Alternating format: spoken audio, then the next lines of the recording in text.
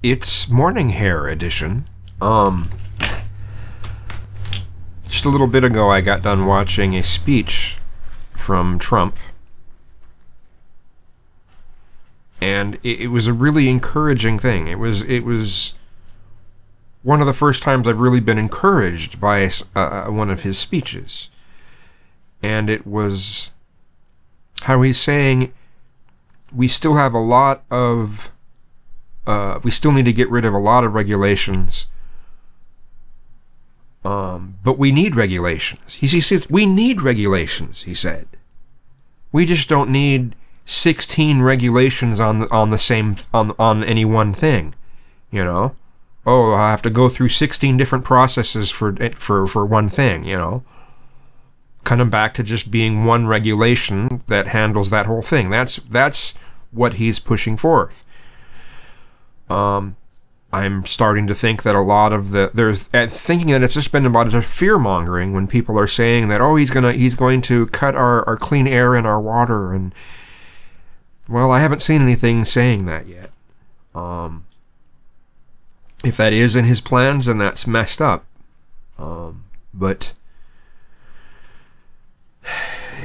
I've been sitting here thinking about what's happened to our entertainment industry, and how our entertainment industry is reflective of society. It's all this stuff is sort of interrelated. You know, in the same way that, like, a person, anything that a person does shows who they are, right? So you've got kind of a similar thing here. And I'm kind of wondering whether or not, if a lot of these companies that control our entertainment, if they're suddenly not quite nearly as concerned about making money because they know they're going to make money, maybe they'll be willing to take more chances. Maybe that's what's going on right now is exactly what we need to get this creative flow back. I've talked about our creative flow many times, where since around 1998, it just slowed down to a crawl, and then slowed down even more after 9/11. I kind of wonder whether some of it could be fixed with decent economic policy. I don't know. For the things that are really, really messed up about Trump, and especially things like the EPA, I think we can recover. Even if it's 8 years of awfulness, I think we can recover. It's not like it's decades of pollution. But economically, I kind of wonder whether Trump is exactly what we needed. This speech that I saw him just give, I'm sorry, but he seems to know his shit here. Every so often I saw him looking down at some notes. You know, he wasn't reading a teleprompter. He was just talking about things that he knows about. And so when it comes to the economy, I'm sorry, I think he might know what he's doing. I'm just hoping that it doesn't result in the deaths of millions of Americans, you know, due to lack of health care, due to lack of services, due to starving to death, due to no longer having any income, you know, the disabled, the elderly, the poor. I'm hoping we can survive that way. I'm hoping he doesn't just fuck everyone over that way. The thing I don't understand is, how can all these programs survive without the revenue streams? Or is he really betting that the revenue streams, the companies are going to prosper so much that the revenue streams that they put out will make up for the amount of taxes that have been lowered? I mean, I guess that's what he's betting on, but do you think it actually has a chance of working? That's taking a serious bet. You know, if he doesn't touch, you know, the government programs, if he doesn't really touch them, and our economy does pick up, and we do have enough revenue stream to pay for the stuff that's here right now, this could be a good presidency. This could be a very good presidency. It's just taking a very different route than it just doesn't feel right. I'm not an economist, so I do know that the left isn't going to get anywhere with these protests, though. It's pointless. You're not. The more the time goes on, the more I'm realizing we don't have anything to impeach Trump over. We really don't. This has been a witch hunt. This has been a lot of hate towards the person for things that have nothing to do with policy. It's also made me realize to go back on, completely do a 180 on what I said, you know, with let's say Oprah. Yeah, that would probably be one of the worst things we could do in response to Trump. And yes, I'm going completely back on what I said earlier. Policy should be the most important thing to focus on. And that's what we should focus on with Trump as well. Don't get all freaked out just because Trump has opinions about certain things.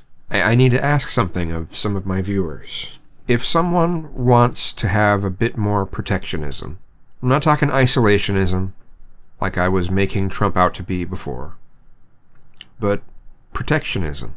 How do we promote protectionism without doing some of the things that Trump is doing? Or are you just completely anti-protectionism?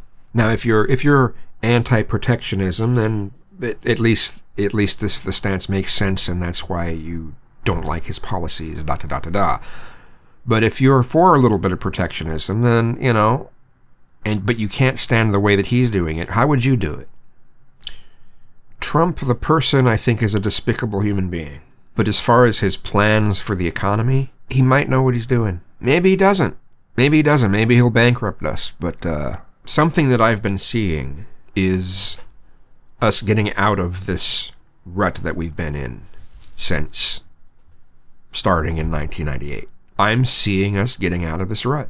And if we start to see a bunch of massive creative flow going on, then that shows that there is a relationship between the economy and our creative flow. What that relationship is, I don't know. And I don't know if there's a particular study on it or whatnot. But another thing that I think will help our creative flow is a removal of the focus on making sure we don't offend anyone. Basically, the fall of PC culture. And you can say the fall of it.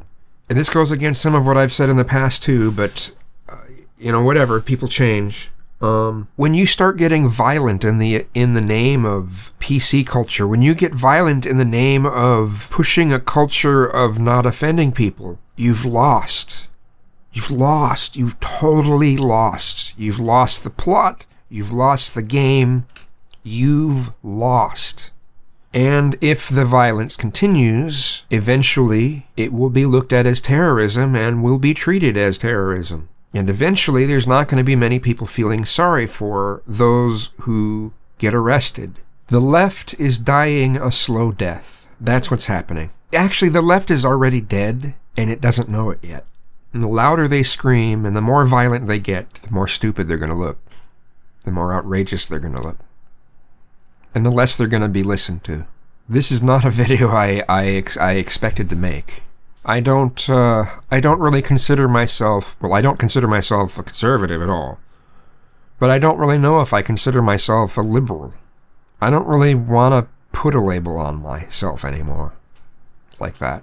There's so much baggage that comes with that now. I just think about all these years that I've done political forums. All these years, and I've done them since really the late 80s. Not as much political in the late 80s, but when we got to the 90s, I was doing political forums, message boards at first, and then eventually the internet. All these years, I have seen these tactics used by the left, and I would try to make sure that I stood out as someone that did not do this.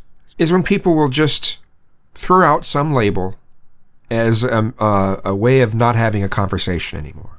They throw out the word racist or sexist or misogynist or some other word, right? And it's like, I can't lower myself to your standards of conversation, is essentially what it's like doing. Now, the right has its own form of doing that. The right will go more into insults, and sometimes they'll be very creative with the insults.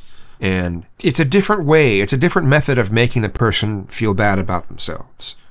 One tries to make the person feel bad about themselves from shame. Oh, shame on you for being racist or whatever. And the other one is, I'm going to say something to make you feel awful about yourself. So they both have their sides of doing it, but usually when there is a moderated forum, the right doesn't get its chance to do that. And so the left, I would continually see using these tactics to try to shut down the conversation, or to try to say, I'm right, you're racist, therefore I'm right, that kind of thing too. But I've seen it so much from the left. And I've always wanted to be someone that wasn't an example of that. Now, I do it on occasion. There was even just recently, there was someone who was on it was on Political Wrinkles. And I'm saying, well, if you're saying that the only good way for people for black people to protest the way they're treated by police is to do something that doesn't cause any waves or doesn't get any attention, and that any ways that they could do it to get attention, including kneeling for the anthem, are thugs. If you think that the only way to do anything, the only way to protest is something that would make them act like thugs, then that's, I don't know, I'm sorry, that's racist. You can't, now everyone's a little bit racist, I'll say that, but to just basically claim that people can't protest the way that black people are treated or be considered thugs, I'm sorry, I think that's really racist. I do.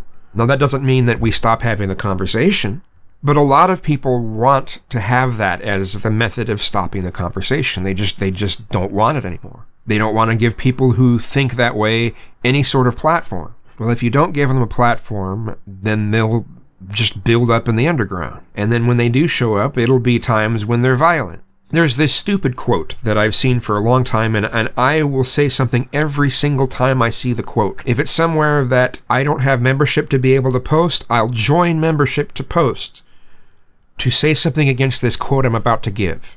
Okay, they say, closed minds should come with closed mouths. I completely disagree with that. I always have. Closed minds should come with open mouths so that the subjects can be discussed.